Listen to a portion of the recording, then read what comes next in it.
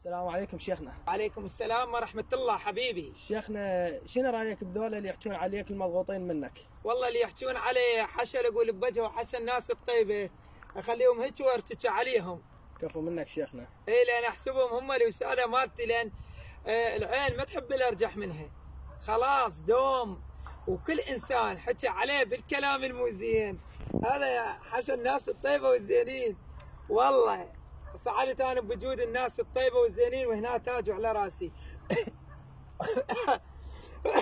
تعبت الناس المضغوطة مني وديك سالفة احد وحده جتني والله العظيم على الخاص، قالت لي اريد اعرف الفزاعة شنو دورها.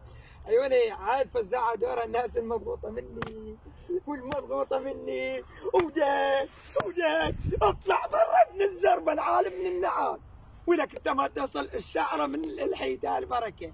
ثقوا بذات الله، كل انسان مضغوط من عندي الزم هذا راسه واحط راس ابوه واعقده نعيل، خاف تمطر الدنيا ويطيح عليه رطوبه، هيك اعقد راسه وراس ابوه. كل واحد يحكي عليه بالكلام المو زين، وش اسوي؟ مو المطر ما يلوح، المطر خير، وهاي اراضينا كلها مزروعه من وراء المطر لين ما ماكو. شو اسوي له؟ هو انا اسوي له عقاده ارفع هيك عليك وعلى ابوك بوجهه يا علي يا ابن النعال. ولكم شباب اهلنا ناسنا الطيبين، مع تحياتي وكل احترامي لكل انسان طيب هنا والله العلي العظيم، بس انتم اللي مضغوطين من شيخ عاهد العراقي. عاهد العراقي يلزم حلقك يفركه هيك غصبا عليك وعلى ابوك، صعد بفضل رب العالمين، بفضل هاي الناس الخيره والطيبين اللي قاعدين يسوون له مشاركات، اللي قاعدين يسوون له بكلام الطيب يعلقوا لي، وتحياتي لهم وتحياتي لكل انسان طيب يعلق لي بكلام طيب واحسبه كل ورده ومزروع بقلبي.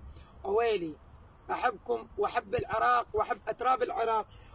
ومره مع احترامات للناس الطيبه والزينين، الناس المضغوطه من عندي اللي يصيحون الطب هاي هيك ارتكي عليكم بروح امك النرجيله ولا خلصني الفحمات